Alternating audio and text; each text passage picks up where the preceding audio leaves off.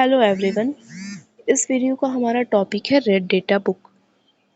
देखिए, red data book एक document है, ठीक, जिसमें दुनिया भर में जितने भी एंडेंजर्ड और वल्नरेबल स्पीशीज़ हैं, एनिमल्स की, प्लांट्स की, फंगाई की और अदर जो माइक्रो ऑर्गेनिज्म हैं, ठीक है, उन सब की स्पीशीज़ को इस रेड डेटा बुक में क्या किया गया है, लिस्ट किया गया है। मतलब पूरी लिस्ट बनाई गई है कि पूरी दुनिया में कितने एंडेंजर्ड स्पीशीज़ है, कितने वल्नरेबल स्पीशीज़ हैं, कितने क्रिटिकली एंडेंजर्ड स्पीशीज़ हैं। और उसी जो लिस्ट पूरी बनाई गई है, तो उसी को वही जो डॉक्यूमेंट है हमारा, उसको हम क्या कहते हैं, रेड डेटा बुक कहते हैं। ठीक, इस रेड डेटा बुक में जितने भी थ्रेटेंड स्पीशीज़ हैं, प्लांट्स की, फंगाई की, माइक्रो ऑर्गेनिज्म की, उनको लिस्ट किया गया है। तो जो रेड डेटा बुक है वो एक बुक है जो क्या करती है, जो कंटेन करती है a list of all the endangered and vulnerable species. ठीक है, ये जो रेड डेटा बुक है हमें हेल्प करने में मदद करती है कि कौन सा स्पीशीज़ एक्सटिंक्शन के करीब है, विलुप्त होने के कगार पे है, ताकि हम उसे क्या कर सकें, कंजर्व कर सकें। और उनको कंजर्व करने के लिए कि मान लीजिए उस रेड डेटा बुक की अपनी जो इंफॉर्मेशन आई, उससे हमें ये पता चला कि ये पर्टिकुलर स्पीशीज़ एक्सटिंक्ट होने के करीब है नियर फ्यूचर में, तो उनको कंजर्व करने के लिए उन्हें नेशनल पार्क्स वगैरह में, वाइल्ड लाइफ सेंचुरीज़ में क्या किया जाता है, ट्रांसफ़र किया जाता है, ताकि हम उन्हें कंजर्व कर सकें। ठीक है, हिस्ट्री की बात करें रेड डेटा बुक की, तो जो रेड डेटा बुक है वो एग्जिस्टेंस में कब आया था, एक रशियन बायोलॉजिस्ट थे, तो उन्होंने रिसर्च कंडक्ट किया था 1961 और 1964 के बीच में। और वहीं जो उनका रिसर्च था वो एक पब्लिक डोमेन डॉक्यूमेंट के बीच के रूप में क्या हुआ, रिजल्ट हुआ था। ये जो बुक थी उनकी, तो उसमें इंफॉर्मेशन दी गई थी, जानकारी दी गई थी स्पीशीज़ को अलग अलग कैटेगरीज में कैटेगराइज करने के लिए, ताकि हमें उनकी करंट सिचुएशन की बेसिस पे कैटेगराइज करने के लिए कि अगर पर्टिकुलर स्पीशीज़ है तो ये किस अवस्था में है, क्या एक्सटिंक्ट होने की अवस्था में है, कि वल्नरेबल है, कि अभी हमें इसको कंजर्व करने की ज़रूरत है कि नहीं है। तो ये सारा इंफॉर्मेशन दिया गया था उस बुक में। ठीक, नेक्स्ट है कि जो इंटरनेशनल ये जो रेड बुक है उसको कौन करता है, रेगुलेट करता है, तो international union for conservation of nature, IUCN। ठीक है, तो यही मेंटेन करती है किसको, रेड डेटा बुक को। IUCN स्टार्ट हुई थी 1948 में, और अब तक ये क्या करती है, जितना भी कंजर्वेशन का जो भी स्ट्रेटजीज़ है वो IUCN क्या करती है, मेंटेन करती है। जो IUCN है वो रिकॉग्नाइज करी है 8 red list category of species की, which are defined as follow. ठीक है, एक्चुअली 9 है। ठीक है, एक थ्रेटेंड, लेस थ्रेटेंड स्पीशीज़ है, यहाँ पे मैंने 8 कैटेगरीज दी हुई हैं। देखिए, अभी हम डिस्कस करते हैं ऐसे इसको। देखिए, IUCN के द्वारा जो बनाई गई है, जो रेड डेटा बुक में है उसकी लिस्टिंग, तो रेड लिस्ट कैटेगरी है। ठीक है, उसके बाद कलर कोडिंग है, किस कोड से, किस कलर से उसको शो किया जाता है, डेफिनेशन क्या है उसकी, और इंडिया में उसकी क्या क्या एग्जाम्पल्स हैं। तो देखिए, सबसे पहला है एक्सटिंक्ट। सबसे पहला क्या है, एक्सटिंक्ट। तो एक्सटिंक्ट को, जब कोई स्पीशीज़ एक्सटिंक्ट है तो उसको कैसे शो करते हैं, कलर कोडिंग क्या है उसका, ब्लैक है। और एक्सटिंक्ट का डेफिनेशन क्या है IUCN के द्वारा, कि एक टैक्सा को हम एक्सटिंक्ट तब कहेंगे जब उसका लास्ट इंडिविजुअल क्या हो चुका है, मर चुका है, इसमें कोई भी डाउट नहीं है। मतलब अब उसका लास्ट स्पीशीज़ इस धरती पे बिल्कुल भी नहीं बचा है, कोई डाउट ही नहीं है। तो हम उस टेक्सान को, स्पीशीज़ को क्या कहेंगे, कि वो स्पीशीज़ क्या हो चुकी है, एक्सटिंक्ट हो चुकी है। इंडिया में एक्सटिंक्ट स्पीशीज़ की अगर हम बात करें तो pink headed duck, mountain quail, ये सब क्या है, एक्सटिंक्ट स्पीशीज़ हैं। ठीक, दूसरा है एक्सटिंक्ट वाइल्ड। एक्सटिंक्ट वाइल्ड का क्या मतलब है, एक्सटिंक्ट का मतलब क्या है कि जो उसका लास्ट इंडिविजुअल था, उस स्पीशीज़ का जो लास्ट इंडिविजुअल था, अब क्या है, बिल्कुल नहीं है, मतलब वो मर चुका है, एग्जिस्ट नहीं करता इस दुनिया में। एक्सटिंक्टेड वाइल्ड का क्या मतलब है, कि वाइल्ड में, देखिए, वाइल्ड एक चीज़ होती है और डोमेस्टिकेटेड होती है, जिसको हम डोमेस्टिकेट करते हैं तो वो डोमेस्टिकेटेड होती है, और जिसको नहीं करते वो वाइल्ड होती है। तो वाइल्ड में वो स्पीशीज़ क्या हो चुकी है, एक्सटिंक्ट हो चुकी है। हमने सिर्फ जिसको कल्टिवेट किया है, जिसको डोमेस्टिकेट किया है, वही बची हुई है, वाइल्ड में नहीं बचा हुआ है। ठीक है, मतलब एक तरह से हम ये कह सकते हैं जो ओरिजिनल फॉर्म था उसका, उसमें नहीं बचा, वो एक्सटिंक्ट हो चुका है। तो एक्सटिंक्ट इन वाइल्ड का डेफिनेशन क्या होती है, कि एक टेक्सन को हम कब कहेंगे कि वो वाइल्ड में एक्सटिंक्ट कब होती है, जब एग्जॉस्टिव सर्वेस किए गए होते हैं एक्सपेक्टेड हैबिटाट से कि यहाँ यहाँ वो पाए जा सकते हैं, और एक भी इंडिविजुअल अगर जब नहीं मिलता है उन सर्वे से, उन हैबिटाट से, तब हम क्या कहते हैं कि वो जो स्पीशीज़ है वो एक्सटिंक्ट इन वाइल्ड है। ठीक, इंडिया में एक्सटिंक्ट इन वाइल्ड की स्पीशीज़ कौन कौन सी हैं? तो pygmy hog, Siberian crane, forest owlet, ये सब क्या है? एक्सटिंक्टेड वाइल्ड स्पीशीज़ है इंडिया में। थर्ड जो कैटेगरी है वो क्रिटिकली एंडेंगर्ड। क्रिटिकली एंडेंगर्ड को हम रेड से शो करते हैं। क्रिटिकली एंडेंगर्ड को डिफाइन कैसे किया जाता है कि एक स्पीशीज़ को आप किसी टेक्सा को क्रिटिकली एंडेंगर्ड तब कहेंगे जब वो क्या है, extremely high risk of extension, extension का हाई रिस्क, उस पर बहुत खतरा अगर है, एक्सट्रीमली हाई रिस्क है कि वो बहुत ही जल्द क्या होने वाली है, इमीडिएट फ्यूचर में वो एक्सटिंक्ट हो सकती है, तो ऐसे टेक्सा को, ऐसी स्पीशीज़ को हम क्या कहते हैं? क्रिटिकली एंडेंगर्ड स्पीशीज़ कहते हैं। मतलब बहुत हाई रिस्क है उसका एक्सटेंशन के, कि नियर फ्यूचर में बहुत जल्दी वो क्या हो सकती है? एक्सटिंक्ट हो सकती है। मतलब उसका जो लास्ट इंडिविजुअल है वो भी क्या हो सकता है? ख़त्म हो सकता है। तो ऐसी स्पीशीज़ को क्रिटिकली एंडेंगर्ड स्पीशीज़ कहा जाता है। इंडिया में जो ऐसे एक्सटिंक्शन के कगार पे है वो क्या है? पीकॉक टेरेंटुला, इंडियन पेंगोलिन और रेड पांडा। ठीक, ये एक्सटिंक्शन, ये क्रिटिकली एंडेंगर्ड स्पीशीज़ है। नेक्स्ट जो है वो क्या है? एंडेंगर्ड और वल्नरेबल। तो एंडेंगर्ड कब हम कहेंगे? एंडेंगर्ड को ऑरेंज से शो किया जाता है। एंडेंगर्ड कब कहेंगे हम किसी टेक्सा को या फिर स्पीशीज़ को?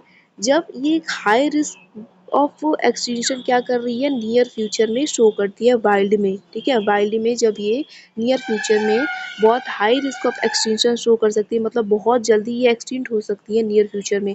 और ये जो क्रिटिकली होता है ना, ये इमीडिएट फ्यूचर में, मतलब बिल्कुल अब ख़त्म होने के कगार पे है वो स्पीशीज़, तो वो क्रिटिकली एंडेंगर्ड होती हैं। वही एंडेंगर्ड जब नियर फ्यूचर में आने वाले कुछ साल में क्या हो सकता है कि वो जो स्पीशीज़ है वो एक्सटिंक्ट हो सकती है, तो ऐसी स्पीशीज़ को एंडेंगर्ड स्पीशीज़ कहा जाता है। इंडिया में बात करें ऐसे एंडेंगर्ड स्पीशीज़ की, तो स्नो लेपर्ड है, बंगाल टाइगर है और olive ridley sea turtle example है। नेक्स्ट है वल्नरेबल।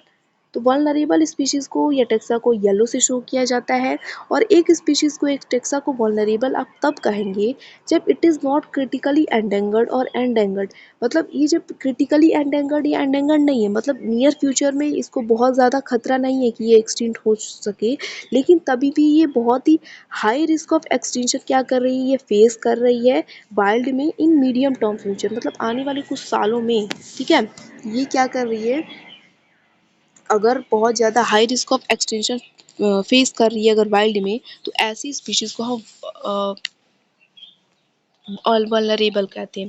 अब ये जो 3 स्पीशीज़ है ना, क्रिटिकली एंडेंगर्ड, एंडेंगर्ड और वल्नरेबल, हम इनको क्या कहते हैं? थ्रेटेंड स्पीशीज़ कहते हैं। ठीक है, इनको खतरा है, सबसे ज़्यादा खतरा है। ठीक, वल्नरेबल स्पीशीज़ अगर इंडिया में हम बात करें तो rusty spotted cat, Indian sloth bear और नीलगिरी ताहर, ये सब कुछ वल्नरेबल स्पीशीज़ है, मतलब नियर फ्यूचर में इनको बहुत खतरा है कि ये एक्सटिंक्ट हो सकते हैं।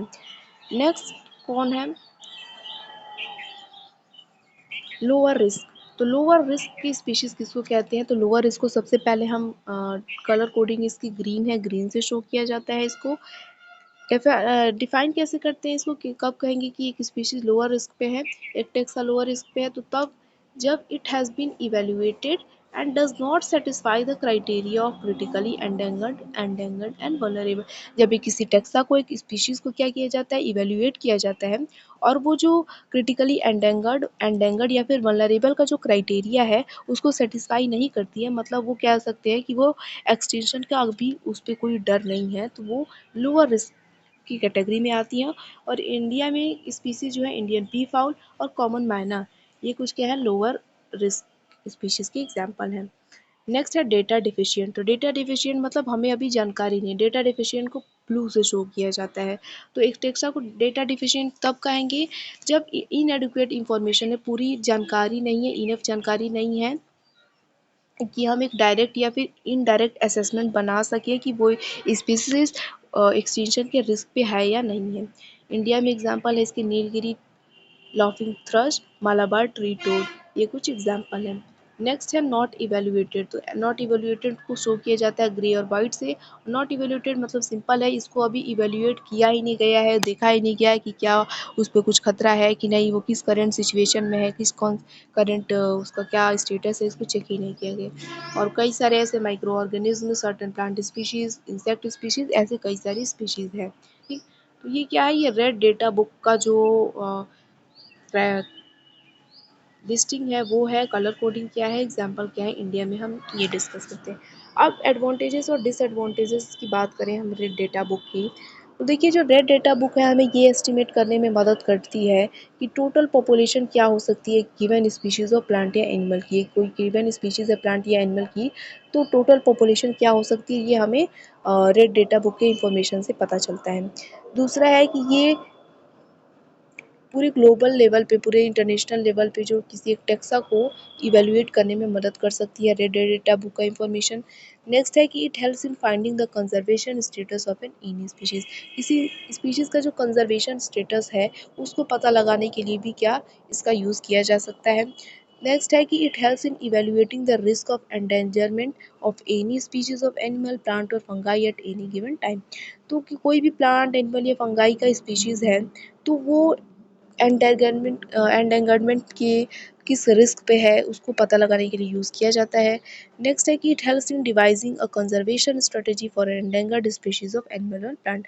तो किसी भी एंडेंगर्ड स्पीशीज है, मतलब एक्सटिंक्शन के हाई रिस्क पे है, तो हम उसके लिए कंजर्वेशन स्ट्रेटेजी अपना सकते हैं, डिवाइस कर सकते हैं रेड डेटा बुक के हेल्प से।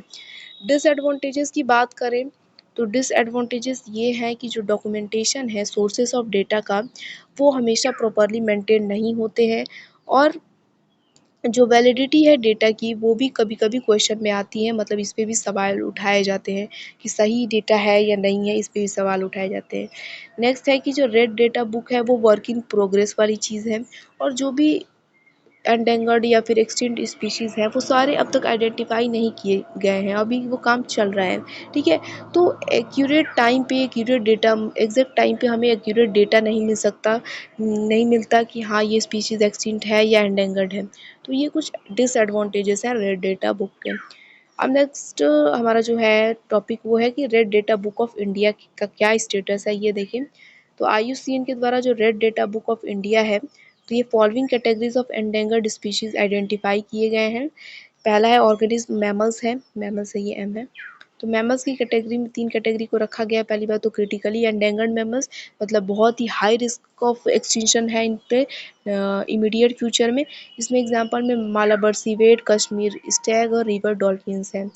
वहीं इंडेंगर्ड मैमल्स में Asiatic wild dog, lion tailed macaque, Nilgiri langur, Nilgiri तहर।